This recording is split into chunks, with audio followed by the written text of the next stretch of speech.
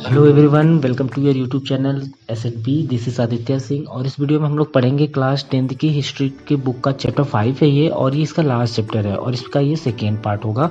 First part upload किया जा चुका है, आप लोग प्लेलिस्ट में उसको देख सकते हैं। तो हम लोग पढ़ रहे हैं इस चैप्टर में कि प्रिंटिंग क्या कैसी रही, मुद्रण जो रही और जो मॉडर्न जो आधुनिक में उसका किस तरह से डेवलपमेंट हुआ है, इसके स्टेज बाय स्टेज को हम लोग समझ रहे हैं। तो आज इसके सेकेंड पार्ट में हम लोग देखेंगे कि द रीडिंग मैनिया यानी कि पढ़ने का जुनून कैसा लोगों के अंदर था। तो देखिए, बात करें पूरे 17वीं शताब्दी में और 18वीं शताब्दी के अंतर्गत बात करें तो पूरे दौरान यूरोप के ज़्यादातर हिस्से में लिटरेसी रेट जो है बढ़ रही थी। अलग अलग संप्रदाय के जो चर्चे थे, गाँव में जो है स्कूल बनाए गए और किसान कारीगर को भी शिक्षित करने लगे।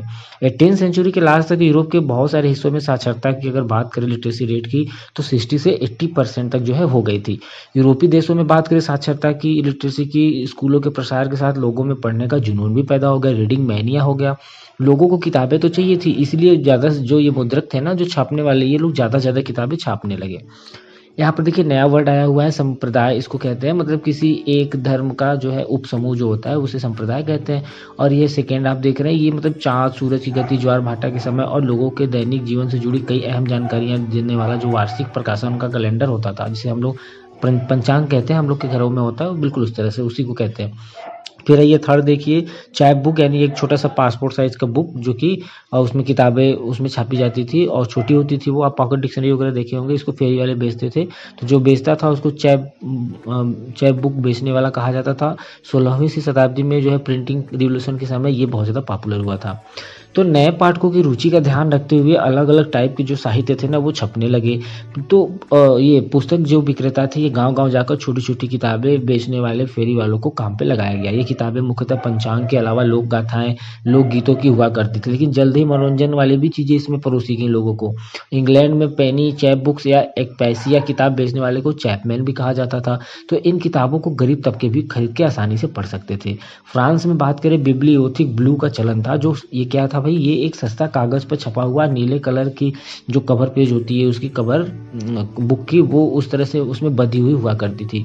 इसके अलावा 4-5 पन्ने की जो लव स्टोरीज थी और जो अतीत यानी हिस्ट्री की थोड़ी बहुत गाथाएं थी, जिन्हें हम हिस्ट्री कहते हैं, ये सारी चीज़ें हम लोग देख सकते हैं कि अलग अलग उद्देश्य और अलग अलग इंटरेस्ट के हिसाब से किताबों के कई आकार प्रकार थे। 18th सेंचुरी के स्टार्टिंग से बात करें तो मैगजीन का भी पब्लिकेशन होना शुरू हुआ, जिनमें समसामयिक जो घटनाएं होती हैं उनकी खबर के साथ साथ मनोरंजन भी परोसा जाने लगा। अखबार, पत्रों, युद्ध और व्यापार से जुड़ी हुई जानकारियों के अलावा दूर देशों की भी खबरें इसमें छपी हुआ करती थी। उसी तरीके से बात करें, वैज्ञानिक, दार्शनिक भी आम जनता की पहुंच के बाहर नहीं रहे।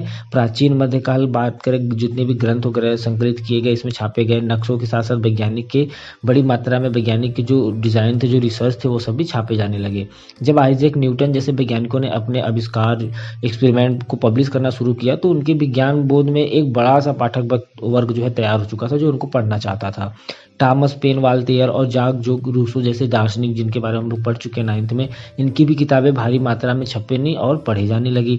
तो भाई फर्क साफ है कि विज्ञान जो है तर्क और विवेकवाद के उनके जो विचार थे लोकप्रिय साहित्य में भी जगह पाने लगे।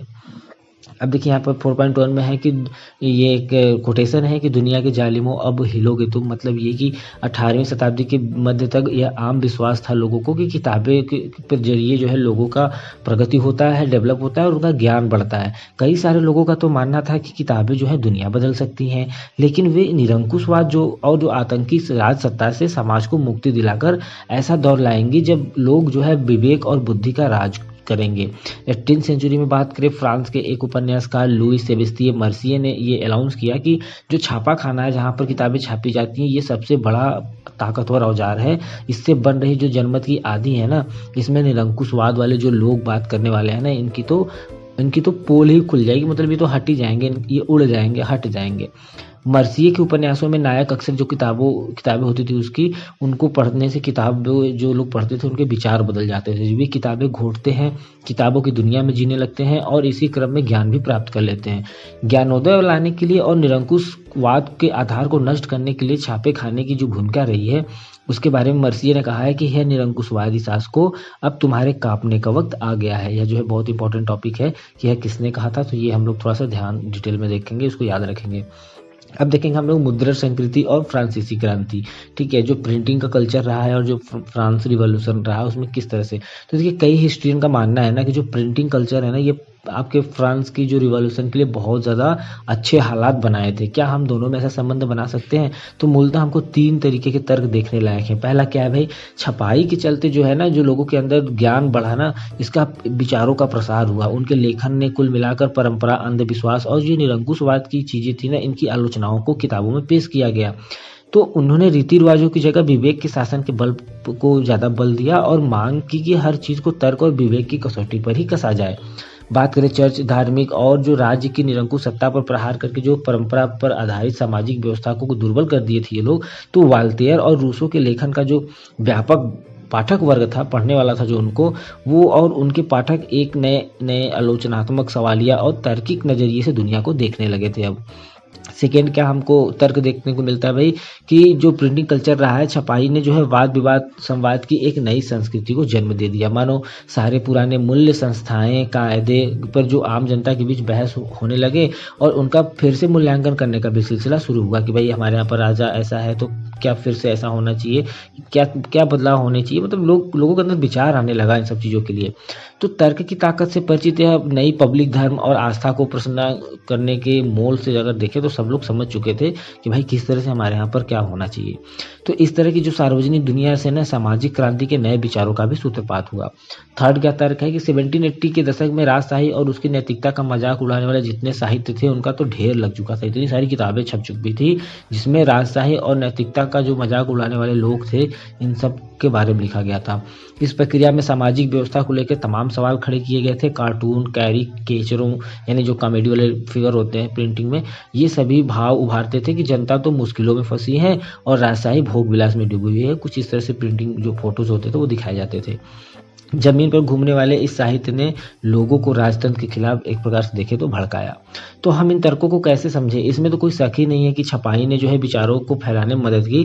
लेकिन याद रहे कि लोग बाग जितने भी लोग हैं हर तरह की सामग्री पढ़ते थे। एक तरफ अगर वो रूसो, वाल्तेयर जैसे फिलोसफर की बातें पढ़ रहे थे, उनसे प्रेरणा ले रहे थे, तो दूसरी तरफ चर्च और राज्य का जो प्रोपेगेंडा या प्रचार होता था वो सब भी वो देख रहे थे। तो वे हर पढ़ी या देखी चीज़ से कुछ सीधे सीधे प्रभावित तो नहीं हो सकते थे, लेकिन वे कुछ विचारों को उनके स्वीकारते थे, दोनों लोगों के। ठीक है, कुछ को नकारते भी थे। फिर चीज़ों को अपने ढंग से ही वो एक्सप्लेन करने लगे। इस तरह से जो मुद्रण का कल्चर रहा है ना, उनके मानस पर सीधे तौर पे भले ही असर न किया हो, लेकिन इसने अलग तरीके से उनको सोचने के लिए विवश या उनके लिए पॉसिबिलिटीज जरूर खोल दिया। फिगर नंबर 11 आप देख रहे हैं, फ्रांसीसी क्रांति के पहले जो कुलीन वर्ग है और जो आम आदमी है 18वीं सदी के अंत तक, यह उसका कार्टून बनाया गया है। इसमें ही दिखाया गया है कि जो जनसाधारण, किसान, कारीगर, मजदूर किस तरह से मुश्किल हालात में थे, जबकि जिंदगी के मजे लेने वाले जो बड़े वर्ग के परिवार थे वो उनका शोषण करते थे। तो इस तरह के कार्टूनों के चलन से क्रांति के पहले लोगों के दिलो दिमाग पर बहुत ज़्यादा असर हुआ करता था। अब देखेंगे हम लोग 19वीं सेंचुरी। ठीक है, 19वीं सेंचुरी में देखिए 19वीं सदी में यूरोप ने अगर बात करें तो जो पॉपुलेशन लिटरेसी की दिशा में बात करें तो लंबी लंबी छलांगें लगाई, जिसके बूते महिलाओं और बच्चों के रूप में बड़ी मात्रा में नया पाठक वर्ग भी तैयार हो गया। तो बच्चे, महिलाएं और मजदूर, इनकी बात करें अगर तो 19वीं सदी के आखिर से प्रारंभिक शिक्षा के अनिवार्य हो जाने के कारण जो बच्चे थे, पाठक थे, इनकी अहम श्रेणी बन गई। प्रकाशन उद्योग के लिए पाठ्य पुस्तकों का प्रोडक्शन करना बहुत ज़्यादा इंपॉर्टेंट हो गया। फ्रांस में 1857 में सिर्फ जो छोटी छोटी किताबें छापने के लिए एक प्रेस या मुद्रालय बनाया गया था। इस प्रेस में पुरानी और नई दोनों तरह की परी वाली कथाएं, लोक कथाएं, ये सब सारी चीज़ें पब्लिश की जाती थी। जर्मनी के ग्रिम की बात करें तो बरसों लगाकर लगभग किसानों के बीच लोक गाथाएं जो थी उनको जमा की गई, उनके द्वारा एकत्रित की गई जितनी भी चीज़ें मिली उनको भी पब्लिश किया गया। फिर कहानियों को 1812 के एक संकलन में भी छापा गया। बच्चों के लिए जो अनुपयुक्त सामग्री होती थी या जो चीज़ें कुलीन वर्गों को, बड़े वर्गों को लगता था कि ये गलत है, गंदी चीज़ें, अश्लील चीज़ें हैं, उनको पब्लिश करने की संस्करण में शामिल ही नहीं किया जाता था। तो इस तरह से पुरानी ग्रामीण जितनी लोक कथाएं थी इनको एक नया रूप मिला और छपने से वे दर्ज तो हुई, पर इसकी प्रक्रिया भी पूरी तरीके से बदल गई। महिलाएं और पाठिका और लेखिका की जो महिलाएं हैं वो पढ़ने वाले ग्रुप में भी थी और लिखने वाले में भी इनकी इंपॉर्टेंस ज़्यादा होती गई। पेनी मैगजीज और एक पैसिया पत्रिकाओं को देखिएगा, जो फिगर नंबर 12 आपके साइड में दिख रहा है, तो खास तौर पर उन्हीं के लिए होती थी, जैसे कि उनकी सही चाल चलन और गृहस्थी सिखाने वाली उसमें चीज़ें छापी जाती थी। कैसे आपको रहना चाहिए घर में, कैसे समाज में रहना चाहिए, आपके कौन से राइट हैं, इन सारी बातों को उसमें लिखा जाता था। 19वीं सेंचुरी में जब उपन्यास छपने लगे तो महिलाएं उनका एक अहम पाठक वर्ग बन गई या माना जाने लगा। जितने फेमस आपके उपन्यासकार थे इनमें जो राइटर वीमेन राइटर्स थी ये आगे थी। बात करें जेन ऑस्टिन, ये ब्रांट बहनें, जॉर्ज इलियट, ये सारे लोग आती हैं। इनके लेखन से बात करें तो नई नारी की परिभाषा निकल के सामने आया, जो क्या था कि जिसका व्यक्तित्व बहुत ज़्यादा सुदृढ़ था, जिसमें गहरी सूझबूझ दिखाया गया कि भाई महिलाएं बहुत सूझबूझ वाली होती हैं और इनके पास अपना खुद का दिमाग होता है और इनकी अपनी इच्छा शक्ति होती है कि चाहे तो कुछ भी कर सकती हैं। इस तरह से उनको दिखाया गया। 17वीं सेंचुरी से ही किराए पर किताबें देने वाले जो पुस्तकालय थे, लाइब्रेरी थे, वो भी सब सामने आ गए थे, मतलब मार्केट में आ गए थे, वो लोग दिया करते थे। 19वीं सेंचुरी में जो है इंग्लैंड में एक ऐसे जो लाइब्रेरी का उपयोग जो है सफ़ेद कॉलर मजदूर जो थे और जो दस्तकार थे और जो नीचे वर्ग के लोग थे उनको शिक्षित करने के लिए यह जो पुस्तकालय था बनाया गया था। काम के दिन छोटे होने के बाद जो मजदूर अपनों को सुधारना और आत्म अभिव्यक्ति के लिए थोड़ा बहुत समय मिलता था उसमें ये लोग बड़ी संख्या में किताबें पढ़ना शुरू किया और बहुत से राजनीतिक परिचय और आत्मकथाएं भी कुछ लोगों ने लिखना शुरू किया। फिगर नंबर 12 देख लेते हैं। ये पेनी एक पैसिया मैगजीन का एक कवर पेज है। ये जो है 1832 और 1850 के बीच में society for the diffusion of useful knowledge ने किया था। इसका मतलब ये है कि मजदूर के जीवन को दिखाया गया इसमें बेसिकली। तो अब देखिए हम लोग की नए तकनीकी का परिष्कार कैसे हुआ, यानी कि 18वीं सदी के अंत तक बात करें तो प्रेस जो है ना मेटल से बनने लगे थे। पूरी की पूरी 19वीं सदी के दौरान छापे खाने की तकनीकी में लगातार सुधार हुआ और 19वीं सदी के बीच तक बात करें तो न्यूयॉर्क के जो रिचर्ड एमहो ने जो है शक्ति वाला एक चलित जो घूमता था गोला गोला बेलनाकार प्रेस को एक कारगर अपना मशीन बना लिया था, जिसमें जो है लगभग 8000 प्रति घंटे सीट या पेपर आप इसमें छपा जाता था। तो सदी के अंत तक बात करें तो ऑफसेट प्रेस भी आ गया, जिससे जो है एक साथ 6 कलर की भी प्रिंटिंग होना पॉसिबल हो गया। 20वीं सदी से शुरू से ही बिजली से चलने वाले प्रेस के बल पर छपाई का काम बड़ी तेजी से होने लगे।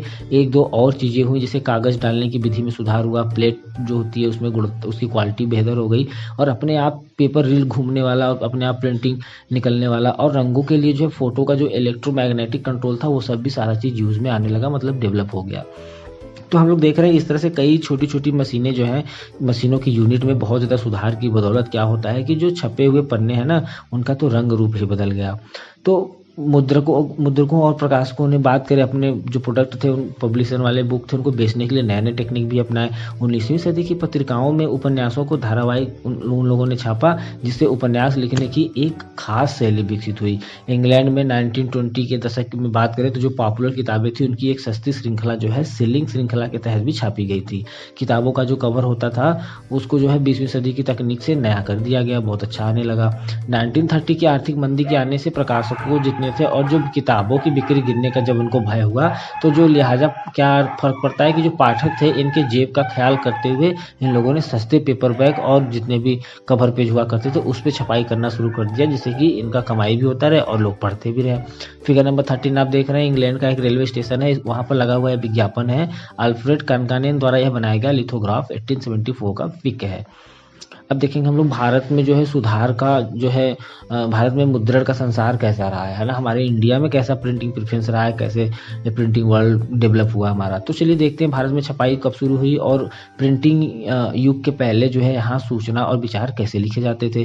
तो देखिए मुद्रण यानी प्रिंटिंग का समय आने से पहले ना हमारे यहाँ मनुस्क्रिप्ट हुआ करती थी, जिसको पांडुलिपियां भी कहते हैं। भारत में संस्कृत, अरबी, फारसी और अलग अलग लोकल भाषाओं में हाथ से लिखी हुई पांडुलिपियों यानी मनुस्क्रिप्ट की पुरानी और बहुत पुरानी परंपरा और अच्छे से परंपरा डेवलप थी। पांडुलिपियां क्या है भाई, ताड़ के पत्तों पर हाथ से बने हुए कागज पर इसको लिखा जाता था। कभी कभी तो पन्नों पर बहुत अच्छे तस्वीर भी बनाए जाते थे। फिर इनका ये ज़्यादा दिन तक चले, खराब ना हो, इसके लिए इनको कवर में सिलकर बांध दिया जाता था। 19वीं सेंचुरी के लास्ट तक छपाई के आने के बाद भी पांडुलिपियां छापी जाती रही हैं, लेकिन पांडुलिपियां बहुत ज़्यादा नाजुक होती थी और बहुत ज़्यादा महंगी भी। तो एक तो उन्हें बड़ी सावधानी से पकड़ना होता था और दूसरी लिपियों के अलग अलग तरीके से लिखे जाने के कारण इन्हें पढ़ना भी बहुत ज़्यादा आसान नहीं था। इसलिए इनका व्यापक तौर पे देखें तो डेली टू डे लाइफ में यूज़ नहीं होता था। हालांकि जो पहले के जो कॉलोनियल रहे हैं बंगाल में, गांव के इलाकों में जो प्राइमरी पाठशाला था उनमें इनका बड़ा जाल था। लेकिन जो स्टूडेंट हुआ करते थे वो आमतौर पे किताबें नहीं पढ़ते थे। क्या होता था कि गुरु अपनी मेमोरी में उसको याद करते थे किताबों को, और उसे ही विद्यार्थियों को सुनाते थे और उन्हें विद्यार्थी उन्हें लिख लेते थे। तो इस प्रकार कई सारे लोग ना बिना किताबें पढ़े ही लिटरेसी हो जाते थे, लिटरेट हो जाते थे, साक्षर बन जाते थे। फिगर नंबर 14 देखिए, ये जयदेव के गीत के कुछ पन्ने हैं। 18th सेंचुरी में लिखा गया है, पांडुलिपि यानी कि आपके मनुस्क्रिप्ट में लिखा गया है। आप देख रहे हैं बहुत छोटा छोटा इसमें बारीक लिखा गया। मैं जूम करके दिखाता हूँ पिक आपको, देखिए ये कुछ लिखा गया है और बहुत क्लियर नहीं है और बीच में कुछ डिज़ाइन बना हुआ है। फिगर नंबर आप 15 देखिए, हाफिज की दीवान के कुछ पन्ने, ये शायरी इसमें लिखी गई है, ये उर्दू में है तो आप इसको भी देख सकते हैं। ये सब जो है मनुस्क्रिप्ट लैंग्वेज में लिखी गई है। फिगर नंबर 16 देख रहे हैं आप, हमारे जो 4 वेद हैं उनमें से ऋग्वेद का जो एक पार्ट का कुछ पेज यहाँ पर फोटो में दिखाया गया है। और तो इस तरह से मतलब लिखा जाता था और इसको कवर में इस तरह से रस्सी से गूंथ के रख दिया जाता था। अब देखेंगे हम लोग भारत में छपाई आई, ठीक है, कैसे? तो प्रिंटिंग प्रेस से पहले ना 16th सेंचुरी में जो है भारत के गोवा में जब पोर्टुगीज धर्म प्रचारक ये लोग आए तो इनके साथ ही प्रिंटिंग प्रेस भी भारत आया। जेसुइट पुजारियों ने कोंकणी सीखी और कई सारी पुस्तकाएं भी छापी। बात करें 1674 तक तो कोंकणी और कन्नड़ भाषाओं में लगभग 50 किताबें छप चुकी थी। कैथलिक जितने पुजारी थे 1579 में कोचीन में सबसे पहली किताब तमिल वाली छापी और 1713 में पहली मलयालम किताब छापने वाले भी वही थे। बात करें डच प्रोटेस्टेंट धर्म जो प्रचारक थे, इनमें इन लोगों ने 32 की तमिल में किताबें छापी, जिनमें से कई पुरानी किताबों का वो ट्रांसलेशन था। तो अंग्रेजी भाषी में अगर प्रेस भारत में काफ़ी देर तक विकास नहीं कर पाया था, जो अंग्रेजी लैंग्वेज वाला था। यद्यपि जो इंग्लिश ईस्ट इंडिया कंपनी ने जो है 17th सेंचुरी के लास्ट तक जो छापे खाने थे इनका आयात करना शुरू कर दिया था। जेम्स ऑगस्ट हिस्की की बात करें 1718 से जो है बंगाल गजट नाम का एक साप्ताहिक मैगजीन इन्होंने पब्लिश करना शुरू किया, जिसने जो है खुद को यूँ बताया कि भाई हर किसी के लिए एक खुली व्यावसायिक पत्रिका है यह, जो ये बंगाल गजट है, और जो किसी के प्रभाव में नहीं है, यानी इसके ऊपर किसी का कंट्रोल नहीं है, ये फ्रीली छपा जाता है। यानी कि यह पत्रिका भारत में प्रेस चलाने वाले जितने आपके कॉलोनियल रूल से थे ये लोगों से आज़ाद, और जो अंग्रेज थे उनकी खुद की यह जो है बिजनेस थी। तो इसे अपनी स्वतंत्रता पर अभिमान भी था। तो हिक्की ढेर सारे विज्ञापन छापता था जिसमें दासों की बिक्री से जुड़े हुए बहुत सारे ऐड आया करते थे, शामिल होता था। और लेकिन साथ ही साथ वो भारत में ना जितने कार्य बड़े अंग्रेज अधिकारी थे इनसे जुड़ी हुई गपबाजी भी छापता था। इससे नाराज होकर जो गवर्नर थे आपके जनरल वारेन हेंगिस्ट ने हिक्की पर मुकदमा कर दिया और ऐसे सरकारी आश्रय वाले जो प्राप्त अखबार थे ऐसे प्रकाशनों को प्रोत्साहित करना शुरू कर दिया जो कि कॉलोनियल राज की छवि पर होते हमलों की इससे रक्षा कर सकें। 18th सेंचुरी के लास्ट तक बात करें कई सारी पत्रिकाएं छपने लगी, कुछ हिंदुस्तानी भी अपने अखबार छापने लगे थे। ऐसे प्रयासों में पहला था हमारा राजा राम मोहन राय के करीबी रहे जो गंगाधर भट्टाचार्य हैं, इनके द्वारा प्रकाशित किया हुआ बंगाल गजट। तो 7 में अब हम लोग देखेंगे 7 सेक्शन में धार्मिक सुधार कैसे हुए और जो सार्वजनिक बहसें रहीं पेपर छपने के बाद, प्रिंटिंग आने के बाद, तो वो किस वजह से। तो जैसा हम जानते हैं कि 19th सेंचुरी की स्टार्टिंग से जो धार्मिक मसले थे उन पे बहस लेके लोग बहुत ज़्यादा किया करते थे, बाजार बहुत गर्म रहता था। अलग अलग समूह जो औपनिवेशिक समाज में हो रहे बदलाव से जूझते हुए धर्म की अपनी अलग अलग व्याख्या पेश किया करते थे, है ना। तो कुछ तो मौजूदा जो रीति रिवाजों की बुराई भी बतियाते थे और उनमें सुधार चाहते थे, जबकि कुछ अन्य समाज सुधारकों ने जो है तर्कों के खिलाफ खड़े थे कि भाई बाकी जो लोग बुराई बतिया रहे हैं, तर्क दे रहे हैं, ये सब गलत है। तो दो तरह से एक प्रकार से तो ये सारे वाद विवाद प्रिंट में सरेआम पब्लिक में हुए। तो छपी हुई पुस्तिकाएं अखबार ने न केवल नए विचारों का प्रचार प्रसार किया बल्कि उन्होंने बहस की शक्ल भी तय की। बात करें इन बहसों में व्यापक जन समुदाय भी हिस्सा ले सकता था, अपने विचार बता सकता था और इस तरह के मतांतर से नए नए विचार भी लोगों के सामने आने लगे। यह वह समय था जब समाज और धर्म सुधारकों और हिंदू रूढ़िवादियों के बीच में विधवा दाह, एकेश्वरवाद, ब्राह्मण पुजारी वर्ग और मूर्ति पूजा जैसे मुद्दों को लेकर बहुत ज़्यादा तेज बहस होने लगी। बंगाल में जैसे तैसे बहस चली, लगातार बढ़ती तादाद में पुस्तिकाओं और अखबारों के जरिए तरह तरह के तर्क समाज के बीच में आने लगे। ज़्यादा से ज़्यादा लोगों तक पहुँचने के ख्याल से इन्हें आम बोलचाल की भाषा में भी छापा गया। राम मोहन बात करें राय ने 1821 से संवाद कौमुकी जो पब्लिश किया और रूढ़िवादियों ने इनके विचारों से टक्कर लेने के लिए समाचार चंद्र चंद्रिका का भी सहारा लिया। 2 फारसी अखबार जामे जहांनामा और शमसुल अखबार भी 1882 में पब्लिश किए गए थे। उत्तर भारत में उल्मा मुस्लिम राजवंशों के पतन को लेकर बहुत ज़्यादा चिंतित थे।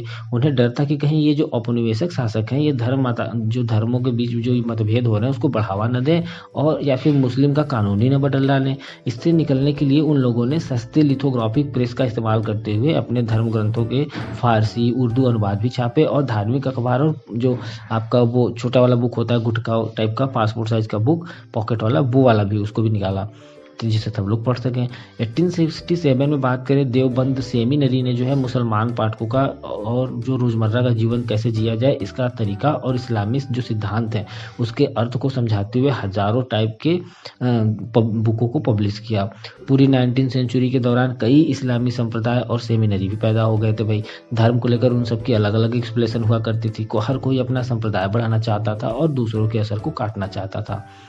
तो हिंदुओं के बीच भी जो है छपाई के खास तौर पर बात करें तो लोकल लैंग्वेजेस में धार्मिक पढ़ाई को काफ़ी बल मिला। तुलसीदास की बात करें तो ये जो है 16वीं शताब्दी के सदी के किताब जो आप जानते हैं रामचरितमानस जो है इनका पहला जो संस्करण था वो 1810 में कलकत्ता में पब्लिश हुआ। 19वीं सेंचुरी के लास्ट तक बात करें जो सस्ते लिथोग्राफिक पेज हुआ करते थे इनसे जो है उत्तर भारत का बाजार पूरा जहाँ देखो वहाँ ये सारी बुक देखने को मिलती थी। लखनऊ की बात करें नवल किशोर प्रेस और बम्बई के श्री वेंकटेश्वर प्रेस ये सभी जो है ना भारतीय भाषाओं में कई सारी धार्मिक किताबें छापे। मुद्रित और ले जाने आने में आसान होने के कारण इन्हें जो है आस्थावान इन्हें कहीं भी कभी भी किसी भी समय पढ़ सकते थे।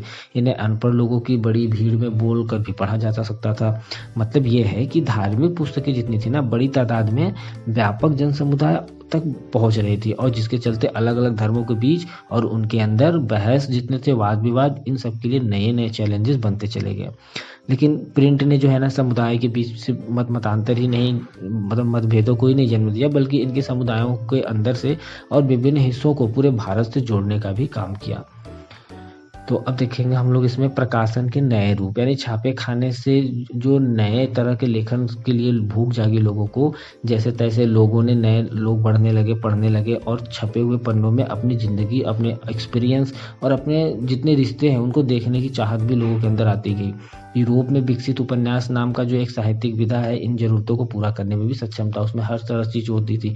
उसमें जो है रिश्तों की बात होती थी है ना उनमें अनुभव हुआ करता था जो लोगों से के अनुभव से बहुत ज़्यादा मैच करता था। तो बहुत ज़्यादा लोग इंटरेस्ट लिया करते थे। अपने पाठकों को इसने जो है अनुभव का एक नया संसार दिया और मानव जीवन की विविधता को भी बहुत ज़्यादा ज्ञान प्रदान किया। दूसरी तरह की जो साहित्यिक विधाएं थी जैसे गीत कहानियाँ सामाजिक राजनीतिक मसले पर लेख या फिर ये सब ना पाठकों की दुनिया का हिस्सा बन गए। अपने अलग अलग तेवरों में इन्होंने इंसानी जिंदगी और अंतरंग की जो भावनाएं होती हैं फीलिंग्स होती हैं उन सब का सामाजिक राजनीतिक नियमों पर भी बल दिया जिससे इनका स्वरूप तय हो जाता था। इस तरह की कहानी हो जाती थी। 19वीं सेंचुरी के लास्ट तक एक नई तरह की जो है आपका कल्चर जो है एक शेप लेने लगा था। जो छापे खाने थे जहाँ पे किताब छापी जाती थी उनकी बढ़ती हुई संख्या के साथ साथ जो कई तरीके की जो प्रिंटिंग होती थी ना इनकी नकलें और प्रतियां भी अब आसानी से बनाई जाने लगी। बात करें राजा रवि वर्मा जैसे जो पेंटर्स थे इन लोगों ने आम जो है खपत के लिए तस्वीरें भी बनाई। काठ की लकड़ी पर जो है चित्र को उभार कर गरीब दस्तकारों ने जो है लेटर प्रेस छापे खानों के करीब अपनी दुकानें भी लगाई और मुद्रकों से भी काम पाने लगे। बाजार में आसानी से सस्ती तस्वीरें और कैलेंडर खरीद कर गरीब भी अब अपने घरों दफ्तरों में सजाने लगे। इन छपी तस्वीरों ने जो है धीरे धीरे हम लोग घर खरीदते ना पोस्टर बहुत सारे अलग अलग तो इस तरह से उस जमाने में भी लोग इंटरेस्ट दिखाते थे और अपने घरों दुकानों में सजाने लगे। धीरे धीरे जो है ना आधुनिक मॉडर्नाइजेशन और परंपरा धर्म और राजनीति और समाज संस्कृति के लोकप्रिय जो विचार थे ना वो सब जो है एक नया ही विचार को गढ़ना सब लोगों के मन में शुरू कर दिया।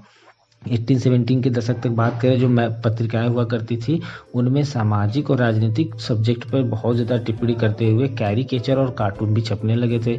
कुछ में तो जो शिक्षित भारतीय थे उनके पश्चिमी पोशाक और पश्चिमी अभिरुचियों का मजाक भी उड़ाया गया। जबकि कुछ अन्य में क्या हुआ कि सामाजिक परिवर्तन को लेकर एक डर देखा गया। साम्राज्यवादी जितने भी कार्टून वाले कॉमेडी वाले जो फिगर हुआ करते थे उसमें राष्ट्रवादियों का मजाक उड़ाया जाता था। तो राष्ट्रवादी भी साम्राज्यवादी सत्ता पर निशाना साधने में पीछे नहीं रहे और वो भी कुछ ऐसा ही कुछ छापा करते थे। ये फिगर नंबर 17 आप देख रहे हैं राजा ऋतुध्वज है। ये असुरों के चंगुल से राजकुमारी मदलसा को बचा रहे हैं और ये फिगर बनाया है राजा रवि वर्मा। ये सब मिथ्स स्टोरीज हैं लेकिन फिर भी कितना अच्छा लगता है ना लोगों को पढ़ने में इंटरेस्ट आता है। अब देखेंगे हम लोग महिलाएं वीमेन और प्रिंटिंग। तो देखिए महिलाओं की जो ज़िंदगी रही है ना और जो उनकी भावनाएँ हैं ना वो बहुत ही बड़ी और गहनता से लिखा जाने लगा था जब प्रिंटिंग आया तो। और इसलिए जो मिडिल वर्ग की महिलाएँ थीं घरों में, वो घर में पढ़ना भी पहले से बहुत ज़्यादा हो गया, मतलब वो लोग पढ़ने लगी। जो उदारवादी पिता थे और पति थे अपने यहाँ के औरतों को घर पर ही पढ़ाने लगे। 19th सेंचुरी देखिए क्यों पढ़ाने लगे, क्योंकि लोगों को लगने लगा ना कि पढ़ने से लोगों की बुद्धि आती है ना, ज्ञान बढ़ता है, जीने का ढंग आता है, तो वो लोग पढ़ाने लगे।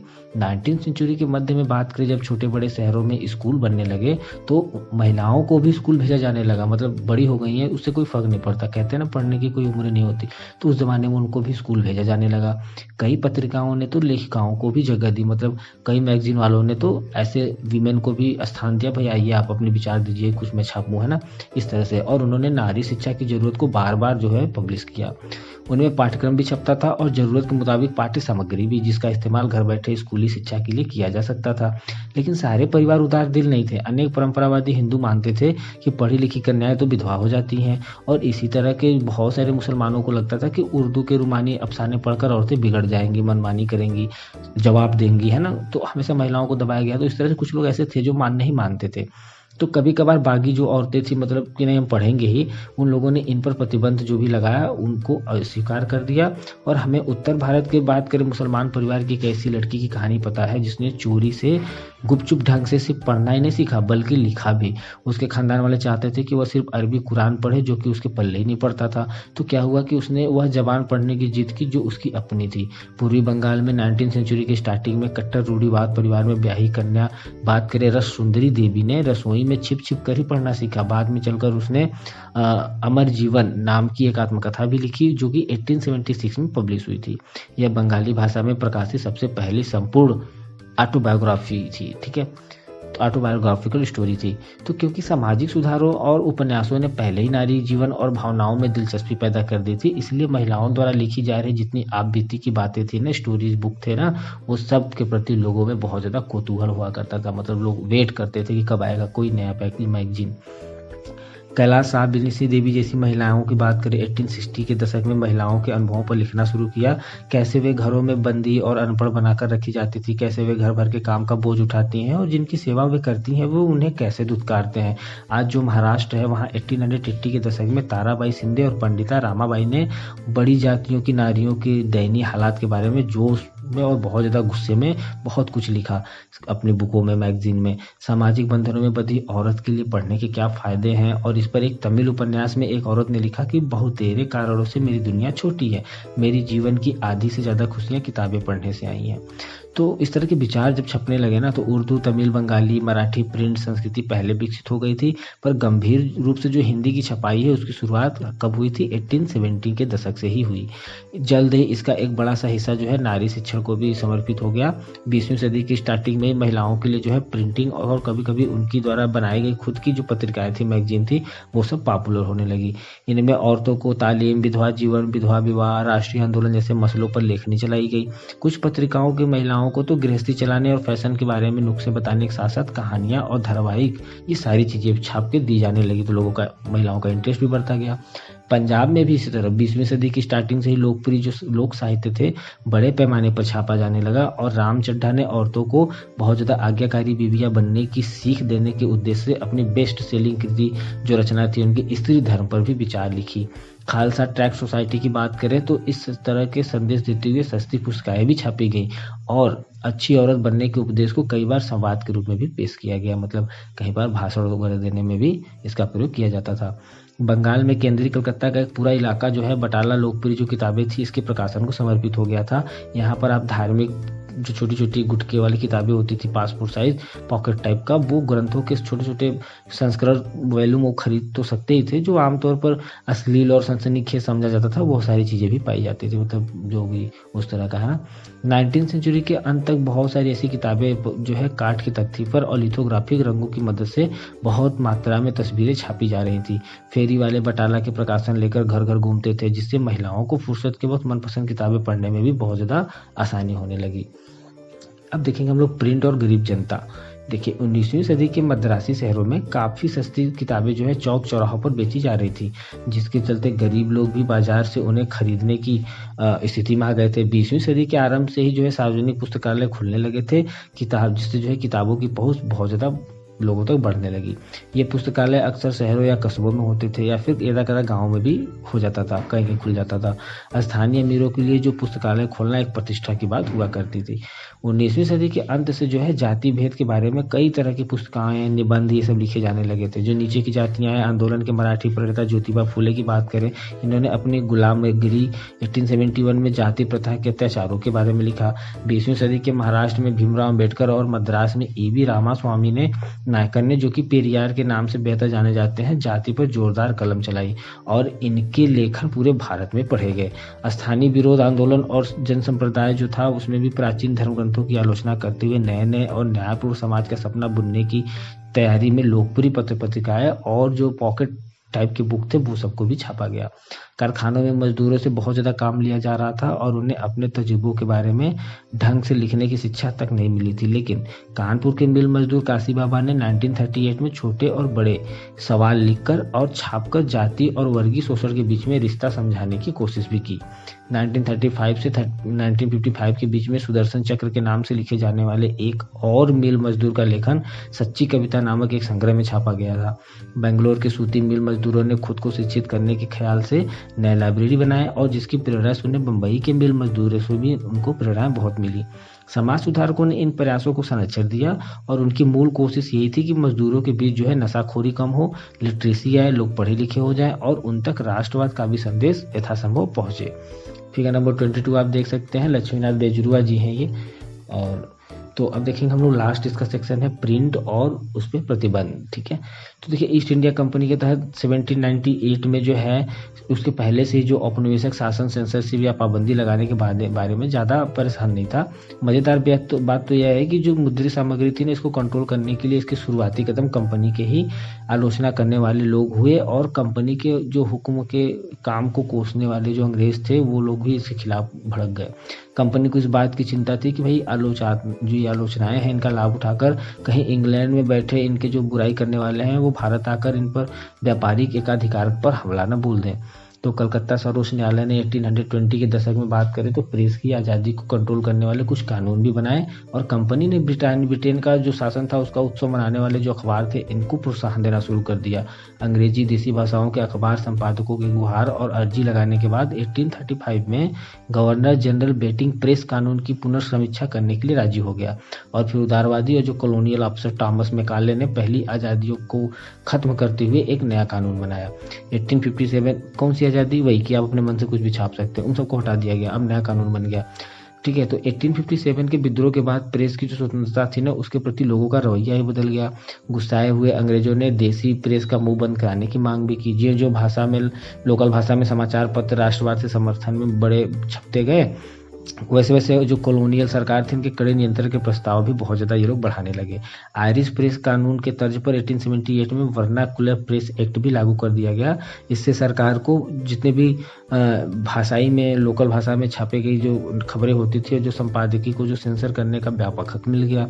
अब से सरकार ने जो है विभिन्न प्रदेशों में छपने वाले जितने भाषाई अखबार थे उन पर नज़र रखना शुरू कर दिया। अगर किसी को जो है बागी करार दिया जाता था कि ये गलत छाप रहा है तो अखबार को पहले चेतावनी दी जाती थी और अगर चेतावनी की अनसुनी करता था वो अखबार वाला, पब्लिशन वाला, तो अखबार को जब्त कर लिया जाता था और उसकी छपाई की मशीनें भी छीन ली जाती थी। लेकिन दमन की नीति की इतनी सारी नीतियों के बावजूद भी जो राष्ट्रवादी अखबार था ना हमारा, वो देश के हर कोने में फैलता गया, बढ़ता गया और उन्होंने जितने भी औपनिवेशिक कुशासन की रिपोर्टिंग और राष्ट्रवादी ताकतों की हौसला अफजाई थी वो सब भी जारी रखा। राष्ट्रवादी आलोचना को खामोश करने की तमाम कोशिशों का विरोध भी बहुत ज़्यादा बढ़ा। लेकिन जब पंजाब के क्रांतिकारियों को 1907 में काला पानी भेजा गया तो बाल गंगाधर तिलक ने अपने केसरी में उनके प्रति बहुत ज़्यादा हमदर्दी जताई और नतीजे के तौर पर उन्हें 1908 में कैद भी कर लिया गया, जिसके कारण बाद में भारत में बहुत ज़्यादा विरोध होता है। तो बॉक्स नंबर में जो कुछ भी है आप उसको देख सकते हैं। ये एक देखते हैं हम लोग, गांधी जी ने 1922 में कहा था कि जो आवाज़ यानी बोलने की जो स्वतंत्रता है, जो प्रेस की आज़ादी है, ये सामूहिकता की आज़ादी है, ये भारत सरकार अब जनमत को व्यक्त करने और बनाने के इन 3 ताकतवर औजारों को दबाने की कोशिश कर रही है। भारत सरकार कौन? वही जो ब्रिटेन था। ठीक है, तो स्वराज, खिलाफत की लड़ाई और सबसे पहले तो इन संकटग्रस्तों आज़ादों की ही लड़ाई है। मतलब कि जो स्वराज की हम लोग स्वराज मूवमेंट देखते हैं, है ना, और जो खिलाफत मूवमेंट देखते हैं, वो सब की जो लड़ाई थी उसमें सबसे पहले तो इन लोगों की आज़ादी की लड़ाई है। किन लोगों की? जिनके बोलने पर पाबंदी थी, जो प्रेस पे पाबंदी थी, जो सामूहिक आज़ादी थी, उन सबको हटाने की ही लड़ाई थी, है ना। ओके, तो ये चैप्टर यहाँ पे अब सेकेंड पार्ट कंप्लीट हो जाता है। ओके, वीडियो कैसा लगा? अच्छा लगा तो लाइक कीजिए, अपने फ्रेंड के साथ जरूर शेयर कीजिए। Thank you.